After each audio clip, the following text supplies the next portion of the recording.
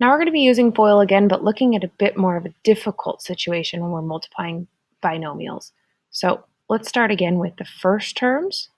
So we need to be doing 3x squared times x to the power 4. And we remember that when we multiply exponents that have the same base, we add the powers. Okay, so this will be 3x to the power of 6. So be really careful with that while you're doing these problems. Okay, so that was our first terms. Now let's do the outside terms. So 3x squared times negative 1, that will just be negative 3x squared.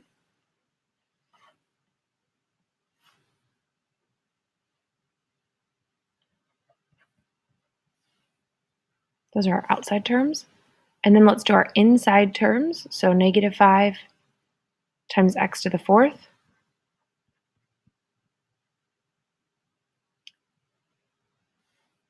The inside terms. Got a new slate, so I'm just getting used to it. And then let's look at the last term. So negative 5 times negative 1, which will be positive 5, doing multiplication. And now I'm going to simplify my answer. I'm going to look through here and see if I have any like terms. They've all got, this is x to the 6th power, this is x to the 2nd power, and this is x to the 4th power. So actually none of these can be combined. But I should write them as decreasing degrees. So I'm going to take the highest power and write that first. Whoops. Okay. Okay, and then I'm going to take the next highest power, which is x to the 4th, and write that second. And then I'll take this next power and write that as the third thing, and then the constant, I'll write it at the end. Okay, so that's how you write your answer for this, in decreasing degrees. This is the proper way to express that. Although this is the exact same, has the exact same value, but this is the proper way to express it. Okay, let's go through one more. This one's got some fractions. So let's do the first terms. X times x is going to be x squared. The outside terms, x plus 2/3 or times 2/3 is going to be 2/3 x. The inside terms, negative 1/2 times x is negative 1/2 x. And then the last terms. So now we're going to multiply negative 1/2 times 2/3.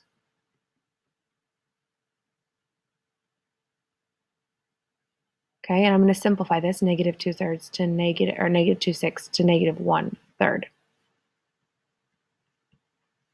Okay, so I just multiplied straight across these fractions.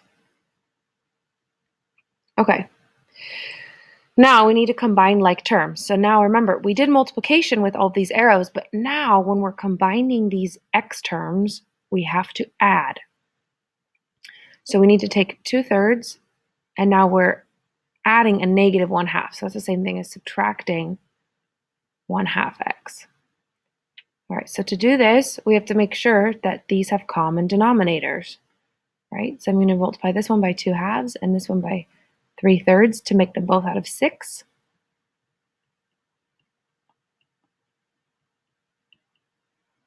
And now I've got 4x minus 3x. Well, that's just 1x out of 6.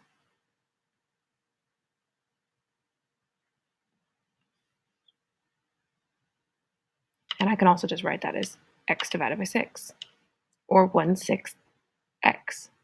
It's all the same. Okay, so let's write, so that's what, when I combine these two, that's what happened. And now I've got, as my final result, 1/6 x minus 1/3. So just be careful with those. Remember that when you're doing the arrows up here, when you're multiplying each term, you have to multiply. And when you're combining like terms, you're adding or subtracting.